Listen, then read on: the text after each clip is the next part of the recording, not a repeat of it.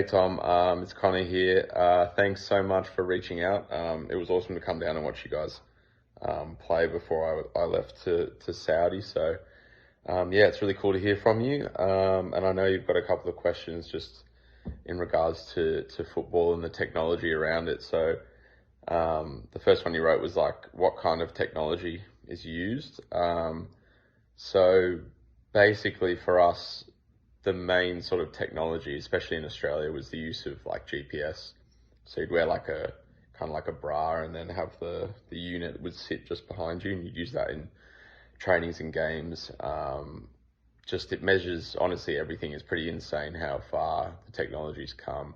I think initially when I first started in the A-League, we just sort of started using the GPSs, and it was basically just measuring distance and stuff like that. So now it can measure everything. So accelerations, decelerations, change of direction, sprint speed, like the intensity of every movement. So yeah, it's come super far now.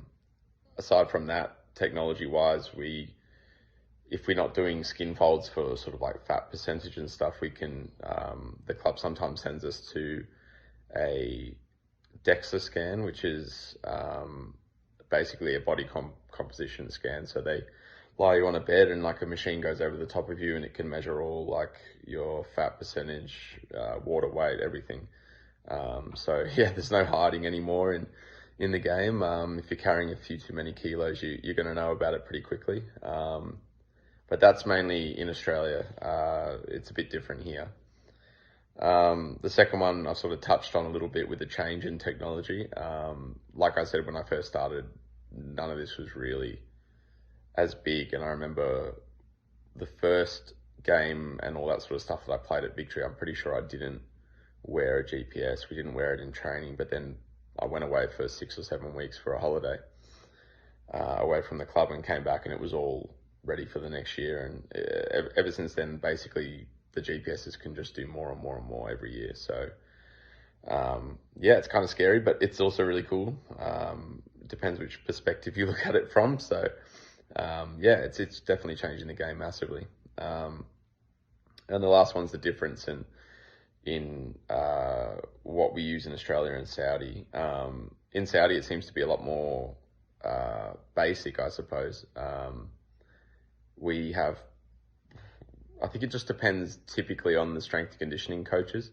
So the ones here, they have one GPS unit that one player will wear just to get them a sort of like a reading on how the session was for that player, and then they sort of cross-reference with everything. But we don't wear them in games, and that sometimes is an issue maybe with loading, because in Australia we wear every player wears a GPS every session.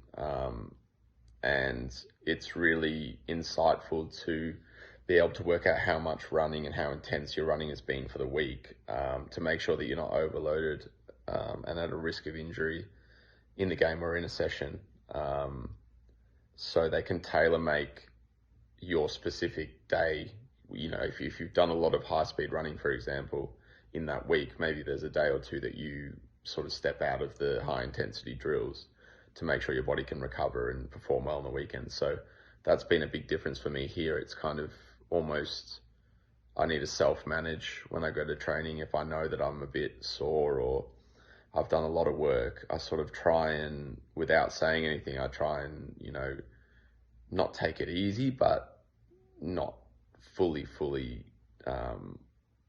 commit, I suppose, to the high intensity running, because it just puts me at a risk of injury, and an injury here, I'm not sure how that will go, because obviously all the medical and stuff is very different. So yeah, I hope that answers a few of your questions. If you have any more, feel free to email some more across, and I can film another video. I've got plenty of time in my day here because no one seems to be awake between the hours of 10 a.m. and 5 p.m. because it's too hot. So the city sort of comes alive at night time, which is really strange, but something I'm getting used to slowly. But yeah, it was great to hear from you, and speak to you soon. Cheers.